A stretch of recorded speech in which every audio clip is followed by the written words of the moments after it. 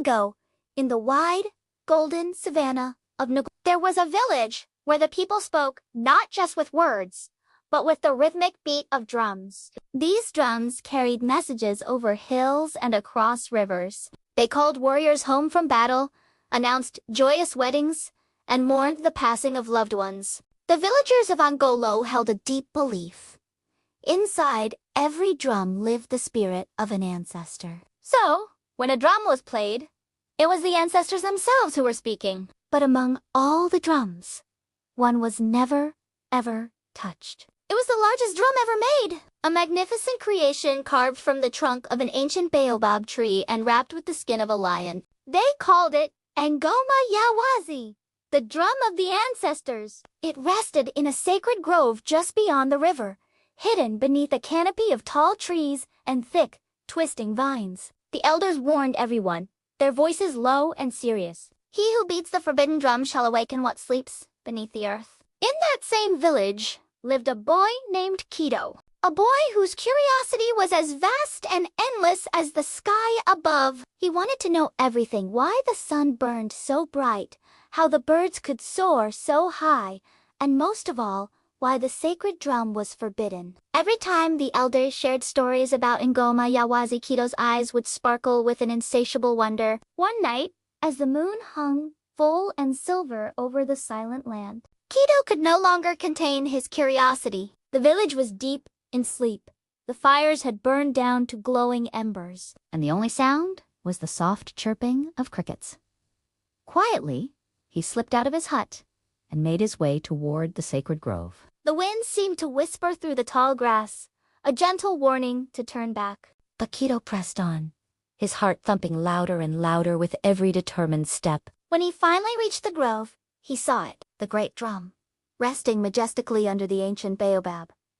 It was even more magnificent than he had ever imagined. The intricate carvings on its sides told epic stories of warriors, spirits, and great storms. His fingers trembled as he reached for the heavy drumstick lying beside it. Taking a deep breath, he raised it high and struck the drum once. Doom! The sound rolled across the land like a clap of distant thunder. It was powerful, ancient, and alive. He had to hear it again. He struck it a second time. Doom! And again, his curiosity now a roaring fire within him. As he struck it the third time, the very earth beneath him began to tremble. The trees shivered as if in fear.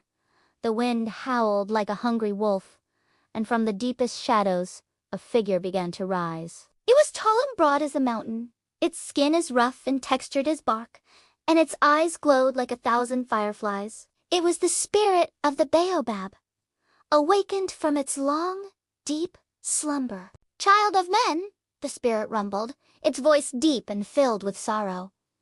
Why do you wake the sleeping spirits? Kido fell to his knees, trembling not just with fear, but with awe. I meant no harm, great spirit, he stammered. I only wanted to hear the true voice of the drum. The spirit looked down at the small boy for a long, silent moment. Then, slowly, it spoke again, its voice softer now. Then hear it, you shall end.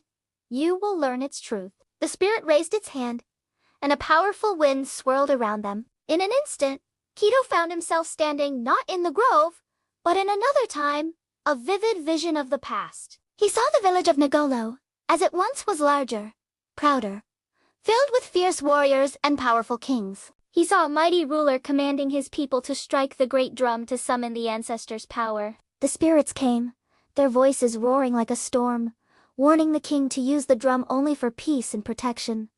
But the king was greedy. He craved power and wanted to conquer the neighboring lands. When he beat the drum again, ignoring the spirit's warning, the sky darkened, the ground split open, and fire burst forth from the earth. The spirits, angered by the king's pride and greed, destroyed his army and swallowed the land in flames. Only a few survivors remained, and they buried the great drum deep in the earth, vowing it would never be played for selfish reasons again. Just as quickly as it began, the vision faded, and Kido found himself once more in the silent, moonlit grove. The spirit of the baobab looked at him with gentle, ancient eyes. Now you know, child.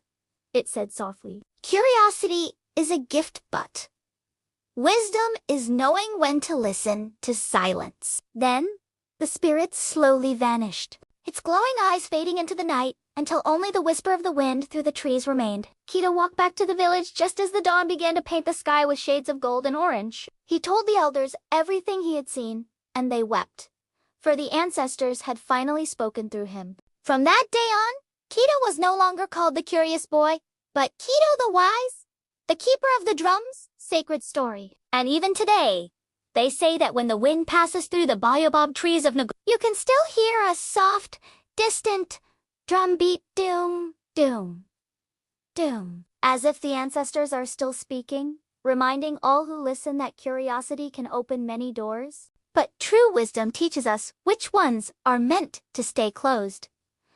Thank you for joining us on this journey. If you enjoyed this story, please hit that like button and subscribe for more tailies from around the world. Until next time, stay curious, but stay wise.